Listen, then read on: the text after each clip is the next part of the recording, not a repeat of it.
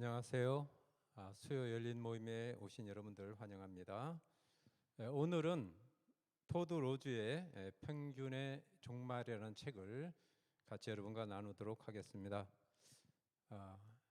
평균 수명, 평균 수입, 평균 체중 이런 식으로 평균에 대한 이야기가 많이 나옵니다. 그래서 이런 평균이 은연중에 기준이 돼서 평균보다 높으면 우월감을 갖고 평균보다 좀 떨어지면 내가 뭔가 뒤떨어져 있나라는 생각을 하게 되죠.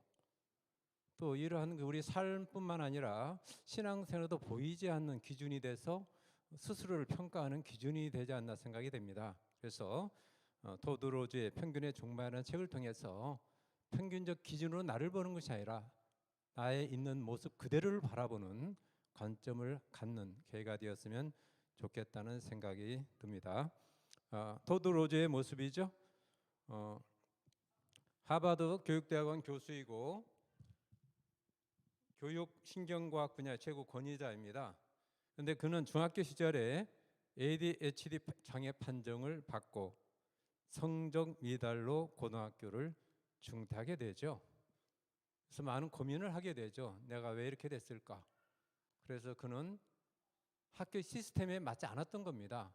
그래서 자기만의 공부 방법으로 공부를 해서 대학 입학 자격 검정 시험을 통과해서 지역 대학에 입학하게 되고 하버드 대학 교육대학원 인간 발달학 박사학위를 취득하게 되고 개개인의 기회 연구소를 설립해서 개개인성의 원칙 활성화에 많은 기여를 하게 되죠. 그래서 개개인성이라는 것은 쉽게 말하면 자기의 고유성입니다. 토드 로즈는 기존의 학교 시스템에는 맞지 않았지만 자기만의 독특한 방법을 찾아서 공부함으로써 대학 교수가 될 수 있던 것이고, 이런 자기의 고유성을 발견하는 것을 책으로 펴낸 것이 바로 평균의 종말이라는 책이 되겠습니다. 평균의 종말이라는 책 표지인데요, 제목 밑에 보니까 평균이라는 허상은 어떻게 교육을 속여왔나라는 아주 도발적인 부제가 붙어 있네요.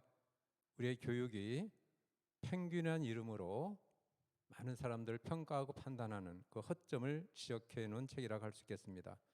그리고 제일 밑에 책 뒤에 보면은 평균적인 인간이란 잘못된 과학적 상상이 빚어낸 허상이다, 이렇게 평균에 대한 얘기를 하고 있습니다.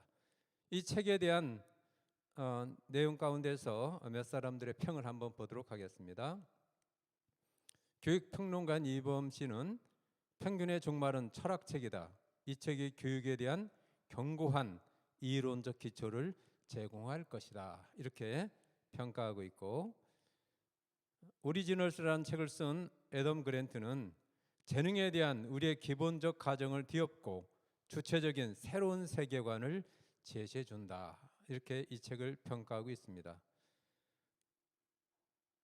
다중지능을 쓴 하버드의 교수인 하워드 가드너는 일상어처럼 굳어진 평균의 변별력에 의문을 제기하며 인간의 다양성과 잠재력에 대한 새로운 개념과 방식을 고려해 보도록 이끌어준다, 이런 식으로 이 책을 평가하고 있네요. 책 표지에 보면 교사 학부모의 필독서 이렇게 돼 있는데, 교사 학부모뿐만 아니라 모든 사람들이, 특별히 신앙인들이 이 책을 통해서 어떤 평균적인 모습이 아닌 각자의 모습, 하나님의 창조의 모습을 발견하는 기회가 됐으면 좋겠다는 생각을 합니다. 책의 목차입니다. 제1부는 평균의 시대에서 평균의 탄생, 표준화된 세상, 평균주의 뒤엎기.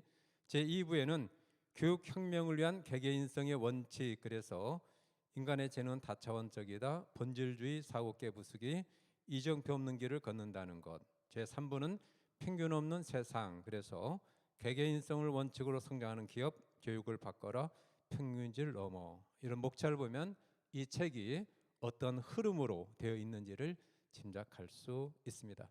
이 시간에는 전체 내용을 다 살펴보지는 않고 필요한 부분만 정리해서 살펴보도록 하겠습니다. 도입 부분에는 1940년대 미국 공군 예화가 실려 있습니다. 당시 상당히 비행기 사업이 미국이 활성화되었는데, 그래서 새로운 제트기를 양산했으나 사고율이 계속 높았어요. 그래서 원인을 연구했는데 비행기 기체 결함도 아니었고 조종사 과실 문제도 아니었던 것이죠. 그래서 많은 고민을 하게 된 겁니다. 그래서 조종석 설계 문제가 있지 않나. 그래서 내용을 보니까 1926년 최초 설계를 했는데 당시 남자 조종사 수백 명의 신체 치수를 잰 뒤 평균 신체 치수에 맞춰서 조종석을 설계했는데 그것을 40년대까지 계속 이어온 겁니다. 변함없이 고정된 조종석을. 그것을 알게 된 거죠. 그래서 많은 사람들이 26년도의 평균 신체니까 40년대 와서는 신체가 좀 더 커지지 않았을까라는 질문을 던지게 된 겁니다. 그래서 약 4천여 명의 조종사 신체 치수, 조종에 필요한 키라든지 가슴둘레, 팔 길이 등 10개 항목 평균값을 내가지고 조종사 개개인의 수치를 평균적 조종사 수치와 대조하기 시작했어요. 그러니까 어쨌든 26년도보다는 신체가 좀 달랐을 까는 가정하에 4천 조종사 더 많아졌겠죠. 치수를 잰 다음에 그 평균 치수와 개개인 치수를 대조했는데 놀랍게도 조종사 4천여 명 가운데 10개 전 항목에서 평균치에 해당하는 사람은 한 명도 없었다는 것이죠. 아무도 이 조종석에 맞는 사람이 없었던 것입니다. 그래서 평균적인 조종사는 없다는 결론을 내렸고, 평균적인 조종사는 없는데 평균적인 수치에 맞춰 조종석을 만들었으니 거기에 맞는 조종사는 한 명도 없었던 거죠. 급박한 상황이 벌어졌을 때 팔이 짧거나 그런 사람들은 버튼을 누를 때 잘못 눌러서 사고율이 높았던 것이죠. 그래서 조종석 의자 사이즈 조종 버튼을 고안해냈는데 그 후로 사고율이 대폭 감소된 겁니다. 그 조종사의 신체에 맞춰서 의자를 당기거나 올리거나 뒤로 젖혀짓게 된 거죠. 이것이 시작이 돼서 오늘날 자동차의 모든 운전석의 좌석을 좌우 상하로 움직일 수 있는 것은 여기에서 시작이 됐다는 겁니다. 결국 평균은 없다는 거죠. 결국 이 책의 핵심 전제는 평균적인 사람은 아무도 없다는 겁니다. 근데 우리는 평균에 얽매여 살아왔던 것이죠. 저자의 말을, 도입 부분에 있는 말을 한번 들어보도록 하겠습니다. 나는 상황을 해결하고자 처음엔 다른 사람들과 똑같이 되려고 애써봤지만 아무래도 엉망으로 끝나기 일쑤였다. 수업마다 낙제했고 들어가는 일자리마다 진득하게 붙어있지 못했다. 이 책에 보면 이 필자가 결혼을 좀 일찍 했더라고요. 20대 초반에. 그래서 자녀들도 있었고, 그래서 학교는 낙제했고, 그래서 먹고 살기 위해서 여러 그 일자리를 전전하는 내용이 좀 나옵니다. 그래서 스스로 고민한 거죠. 난 왜 이렇게 됐을까? 왜 학교는 낙제를 하고 이렇게 일자리마다 엉망이 될까라고 고민했던 겁니다. 나는 도저히 안 되겠다 싶어 시스템에 순응하려는 노력은 그만두기로 마음먹고 시스템을 나에게 맞출 방법을 찾아보려 매달렸다. 이 방법은 효과가 있었다. 덕분에 나는 고등학교를 중퇴한 지 15년 뒤에 하버드 대학교 교육대학원의 교수가 됐고 현재는 이 대학원의 지성 두뇌 교육 프로그램 책임자를 맡고 있다. 시스템에 순응하려는 노력, 이것은 표준에 맞추려는 노력이죠. 표준에 안 맞았던 겁니다. 필자는. 그래서 이제는 표준에 맞추는 것이 아니라 시스템을 나에게 맞출 나만의 특성을 찾아서 공부하기 시작했던 것이죠. 글 속에 보면 추상적 사고는 약했지만 자기는 시각적 사고는 강했기 때문에 뭐 문제를 풀 때도 머릿속으로 하기보다는 시각화시켜서 했더니 잘 되더라는 것이죠. 수업 들을 때도 암기하는 과목은 약했지만 토론 수업은 강했기 때문에 학교 들어가서 공부할 때도 토론 중심의 수업을 집중적으로 들었던 것이죠. 그것이 성공적으로 대학생을 하게 될 하나의 비결이 된 것인데, 그러니까 어떤 틀에 맞춘 것이 아니라 자기만의 특성을 찾아서 거기에 맞는 공부를 시작한 것이죠. 사실 내가 인생의 반전을 맞을 수 있었던 것은 처음엔 직관에 따라 또 그 뒤엔 의식적 결심에 따라 개개인성의 원칙을 따랐기 때문이었다. 이 책의 목적은 당신을 평균의 횡포로부터 완전히 해방시키는 것이다. 본인 스스로가 이런 개개인성, 자기의 고유성을 찾아서 성공적인 삶을 살았는데, 그래서 많은 사람들이 보이지 않는 평균에 얽매여 있는 것을 생각하고 거기서부터 해방시키고자 이 책을 썼다고 말하고 있습니다. 자, 그러면은 내용을 한번 들어보도록 하겠습니다. 먼저 평균의 탄생, 평균이 어떻게 해서 탄생하게 됐는가? 그 18세기의 천문학자들의 공통의 과제는 천체의 회전 속도를 측정하는 거였답니다. 그런데 천체의 회전 속도는 재는 사람마다 다르게 측정이 된 거예요. 위치에 따라서, 또 그때는 뭐 시계를 가지고 측정을 했다는데 다 다르게 측정이 된 거죠. 그래서 개별 측정값을 취합해서 평균적 측정값을 산출해냈는데, 평균적 측정값이 단독의 관찰보다 더 정확히 산출된 참값이라고 평가하게 된 거죠. 이것은 맞죠. 여러 사람이 한 것을 종합해서 하면 정확한 그 속도가 나오겠죠. 근데 케틀레라는 천문학자가 이 천문학의 평균법을 차용해 사람들의 연구에 적용하게 된 겁니다. 평균 치수, 평균 수명, 평균 체력 뭐 이런 식으로 상당히 사람들을 평가하거나 규정화하는 데 도움은 됐겠죠. 그런데 일반적인 자연현상과 사람과는 다르다는 것을 관가한 겁니다. 그래서 평균이 이제는 정상이 되고 개개인이 오류가 되는 평균주의 시대가 열리게 된 겁니다. 그래서 평균주의가 확산하게 되는데, 미국의 경영학자 테일러가 평균주의를 기업과 학교에 도입하게 됩니다. 그래서 공장의 비효율성을 개선하기 위해 공정들을 표준화시킨 거죠. 전에는 기술자마다 약간씩 다르게 기술이 나타났는데, 이제는 공정들을 표준화시키니까 모든 기술자들 자기 개성보다는 표준화된 공정에 맞추는 작업을 시작하게 된 겁니다.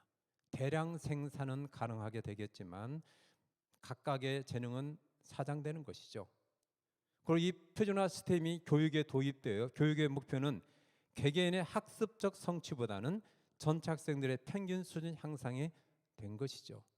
이것을 교육에 도입함으로써 이제 개개인의 학습 성취보다는 전체 학생의 평균, 학교의 평균 점수, 학급의 평균 이런 식으로 평가하게 된 겁니다. 요즘에는 많이 달라졌죠. 요즘은 개별 학습, 또 교육 과정도 개인에 따라 다르게 하는 많은 노력을 하고 있는데, 아직도 이러한 평균 중심의 사고가 학교에 많이 남아 있습니다. 어떤 목사님의 설교를 듣다 보니까 당신께서 학교 생활할 때 담임 선생으로부터 너 때문에 평균 점수가 깎였다라는 말을 들을 때 제일 힘들었다는 얘기를 하더라고요. 이런 평균이 사람을 평가하는 기준이 되어버린 것이죠. 이런 평균주의 함정에는 뭐가 있느냐? 우리의 사고를 제한된 패턴에 따르도록 유도한다는 겁니다.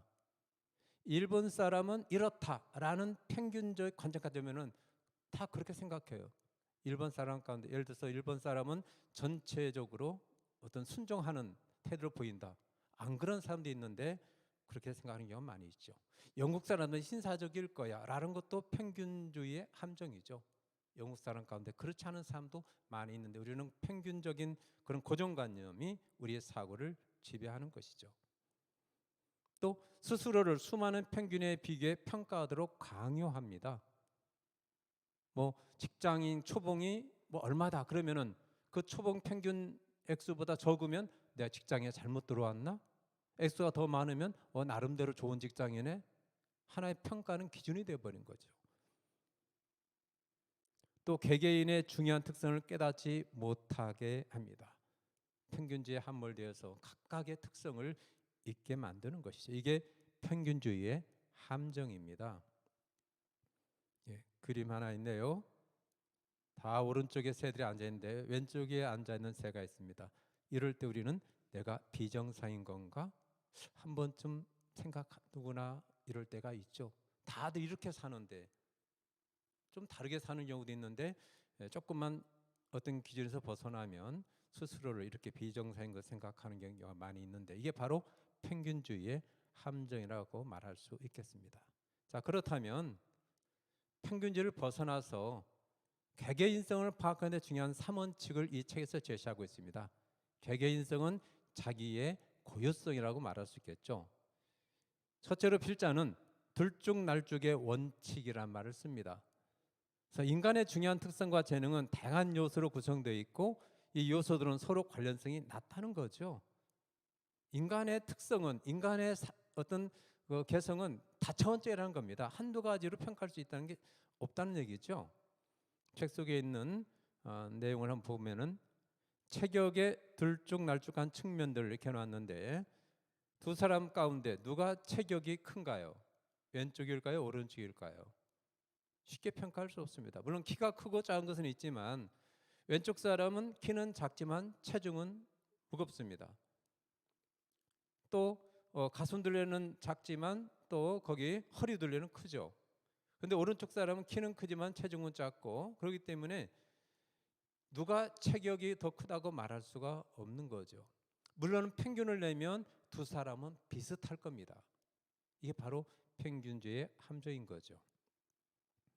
또 지능의 들쭉날쭉한 측면을 살펴보겠습니다. 두 학생 다 지능은 IQ가 103입니다. 그런데 왼쪽 학생은 공통점 찾기에는 낮았지만 블록 짜기에는 아주 높게 나와 있어요. 또 상징기호 찾기도 높게 나와 있어요. 근데 수학은 또 낮게 나와 있고 오른쪽 학생은 공통점 찾기는 아주 높게 나왔는데 블록 짜기는 아주 낮게 나왔습니다. 숫자 암기는 아주 낮게 나왔어요. 그러나 두 학생 다 평균은 103 똑같은 거죠. 다 다른데 어떤 상황마다 다른데 이렇게 평균은 똑같게 나온 거죠. 이 표는 모든 사람의 특성과 재능은 다차원적이다, 다 다르다, 일률적으로 말할 수 없다는 것이죠. 두 번째가 맥락의 원칙입니다. 개개인의 행동은 특정 상황과 따로 떼어 설명되거나 예측될 수 없다는 것이죠. 이게 상황에 따라 다르다는 얘기입니다. 자, 왼쪽 그림 한번 보겠습니다. 공격성의 상황 맥락별 기질 이렇게 되어 있는데 두 학생 다 공격성이 0.8입니다. 똑같아요. 그런데 왼쪽 학생은 부모에 대한 공격성은 낮은데 남자 아이에 대한 공격성은 아주 높아요. 근데 오른쪽 학생은 부모에 대한 공격성은 아주 높은데 남자아이에 대한 공격성은 낮습니다. 둘 다 공격성은 0.8 똑같습니다. 그런데 상황이 다 다른 거죠. 아마 왼쪽 학생은 부모로부터 인정을 많이 받았을 거예요. 그래서 공격성이 별로 부모한테는 없어요. 근데 친구들로부터는 왕따를 당했거나 뭔가 부당한 일을 당했겠죠. 그러니까 친구들에 대해서는 공격성이 높게 나온 거죠. 반대로 오른쪽 학생은 부모로부터 어떤 엄격한 억압을 받았든지 그래 공격성이 높습니다. 근데 친구들하고는 아주 낮게 나와요. 밖에 나가서 아주 친절하고 착했던 사람도 집에 들어가면 폭력적인 사람이 될 수가 있습니다.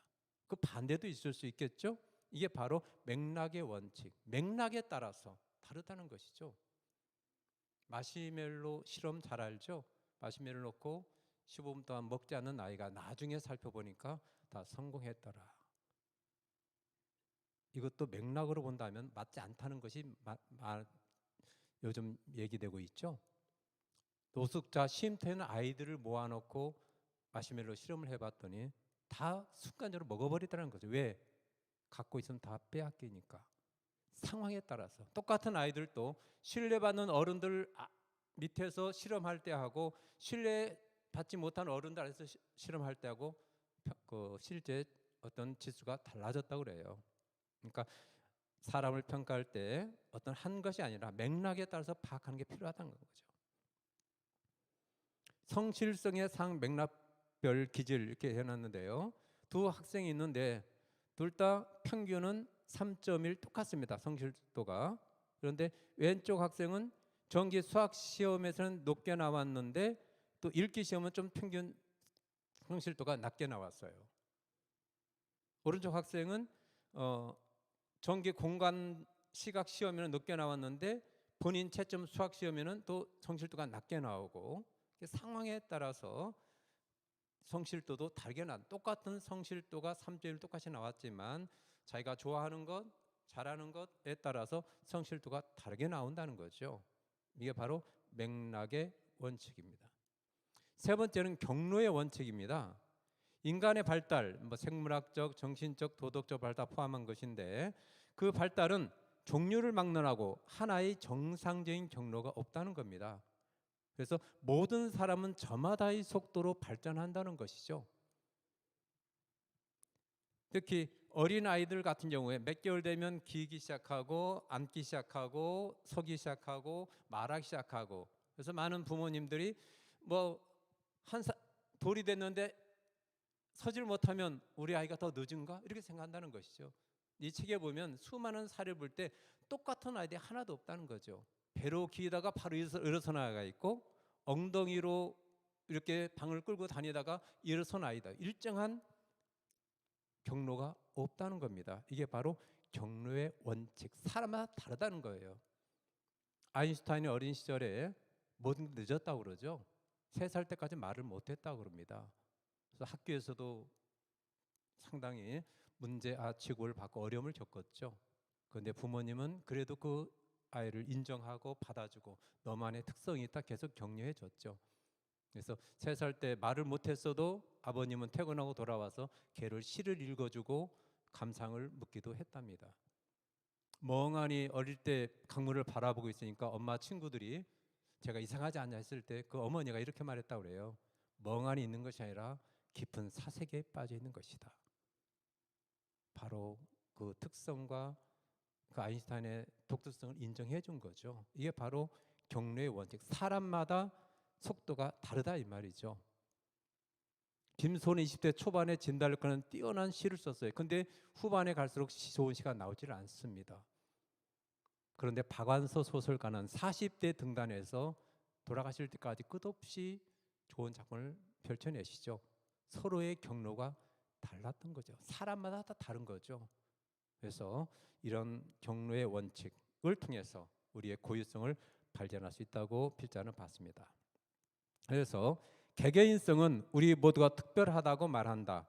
당신 스스로를 평균주의가 말해주는 모습이 아닌 있는 그대로의 모습으로 바라보게 되기 때문이다.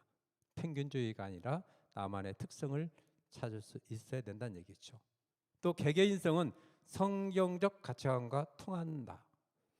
우리는 모두 하나님의 독특한 창조물이며 하나님은 우리를 평균적 존재가 아니라 개별적 존재로 부르신다. 책에 나오는 내용은 아니지만 책을 읽다 보니까 이 개개인성이야말로 성경적 가치관과 통한다고 저는 생각을 했습니다. 얼굴이 다르듯이 다 독특한 하나님의 창조물이죠. 또 하나님 우리를 평균적 존재가 아니라 개별적 존재로 부르셨다는 것이죠. 그래서 성경 속 다양한 인물을 살펴보면 여러 인물들이 나오는데 똑같은 사람이 한 명도 없습니다. 부르심의 방법도 다 달라요. 또 사역하는 것도 다 다르고, 아브라함은 75세에 하나님 부르셨지만 사무엘은 어린 시절 젖되자마자 성전에 들어가서 제사장 일을 하게 되죠. 이삭은 늘 양보하고 그런 사람이었지만 야곱은 욕심 많은 사람이에요. 장자권도 빼앗고. 그러나 똑같이 하나님이 쓰셨습니다. 라합 같은 기생도 있었지만 에스 같은 왕후도 있었죠. 다윗처럼 왕도 있었고 또 베드로처럼 어부도 있었고 누가와 같이 이방인도 하나님이 사용하셨죠. 스데반처럼 일찍 순교당한 사람도 있었지만 요한처럼 마지막 장수를 누린 사람도 있었죠. 바울처럼 극적으로 변화된 사람도 있었지만 디모데처럼 모태신앙도 있습니다. 하나님의 부르심의 과정이 다 다르고 그의 삶이 다르고 사역이 다 달라요. 근데 우리는 신앙생활도 어떤 틀이 있는 것처럼 생각하고 고정적으로 생각할 때 많이 있죠. 각각의 고유성을 찾아가는 것이 우리에게 필요하지 않나 생각이 됩니다. 여기에서 책 한 권 소개해 드리겠습니다. 성모의 고개사라는 책인데 중세 유럽에서 전해 내려온 민간 전설로 소설과 오페라, 만화와 영화 등의 다양한 매체로 각색됐죠. 아나톨 프랑스가 단편 소설로도 썼던 것인데 이 표지는 미국의 화가 블랙머니 익살스러운 그림으로 새롭게 구성한 책입니다. 그냥 책 표지만 이렇게 제가 끌어왔습니다. 내용은 여러 지역에 따른 다르게 전개되는데 간단하게 줄거리만 말씀드리겠습니다. 옛날 한 서커스 안에 가난한 광대가 있었다. 그가 가진 것이란 공과 단검을 굴리는 재주밖에 없었다. 이 광대는 수도원 근처만 지나가면 수도사들의 생활을 지켜보며 자기도 수도사가 되어 하나님을 섬기면 좋겠다고 생각했다. 항상 수도사가 되기를 원했던 그는 결국 수도원에 들어가게 되었다. 수도원의 수도사들은 모두 자기의 재능과 지식을 바쳐 봉사하는 삶을 살고 있었다. 성경을 필사하거나 아름다운 프레스코화를 그리거나 멋진 음성으로 주님을 찬양하는데 광대는 아무것도 하나님께 드릴 것이 없어 스스로를 무식하고 쓸모없다고 한탄하게 된다. 크리스마스 전날 밤 고민하던 광대는 성당 안으로 들어간다. 그는 성당 안에서 땀을 뻘뻘 흘리면서 불을 품고 공을 굴리고 덤블링을 하고 제주를 넘었다. 이 장면을 본 수도원장과 수사들은 신성모독이라 하면서 광대 수사를 끌어내렸다. 바로 그때 빛이 찬란해지더니 천사가 내려왔다. 그 천사는 광대 수사에게 다가가 그의 이마에 송글송글 맺은 땀을 닦아 주었다. 그리고 주위를 둘러보며 이 말을 하고 사라졌다. 주님께서 가장 즐겨받으신 찬양은 이 광대의 것이다. 물론 전해오는 이야기죠. 어쩌면 이 수도원장과 수사는 표준적인 평균주의 사고방식에 사로잡힌 사람이라고 말할 수도 있겠죠. 성전 안에서는 이렇게 해야 된다는 어떤 고정관념.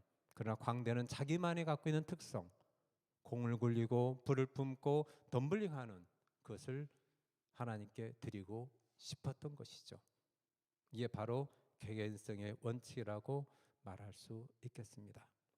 하나님이 우리 다양한 모습으로 창조하셨는데 나의 모습으로 하나님께 드리는 어떤 평균적인 표준적인 것이 아니라 각각의 색깔로 드릴 때 세상은 아름답지 않을까 생각이 됩니다. 마지막으로 박노해 씨의 도토리 두알이라는 시를 보면서 마치도록 하겠습니다. 도토리 두알.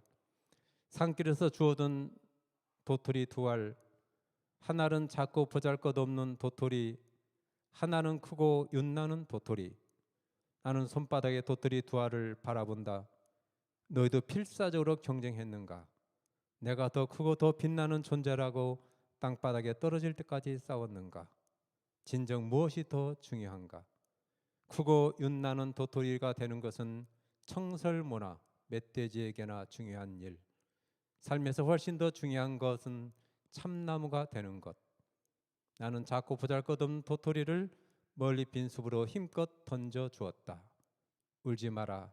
너는 묻혀서 참나무가 되리니. 도토리 키재기라는 말을 많이 하죠.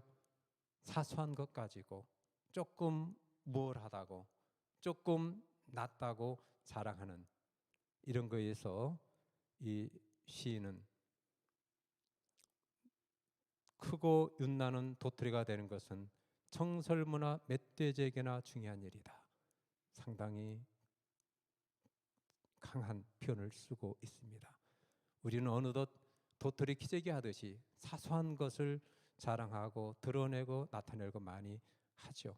그러나 삶에서 더 중요한 것은 참나무가 되는 것. 하나님이 나에게 주신 것, 나만이 갖고 있는 고유성을 가지고 참나무가 되는 것. 이것이 하나님 원하신 것이 아니겠는가. 똑같은 나무가 아니라 다 다른 나무로 지금 가을이 돼서 단풍이 물들어가고 있는데 다 색깔이 달라요. 노란색도 있고 빨간색도 있고 빨리 단풍 드는 것도 있고 늦게 드는 것도 있고 아직도 그냥 초록색 그대로 있는 것도 있고 그래서 더 산이 아름답지 않은가 생각이 됩니다. 모두 똑같은 단풍이었다면 노란색으로 똑같이 물들었다면 아름다움이 아니라 숨이 막힐 것이에요.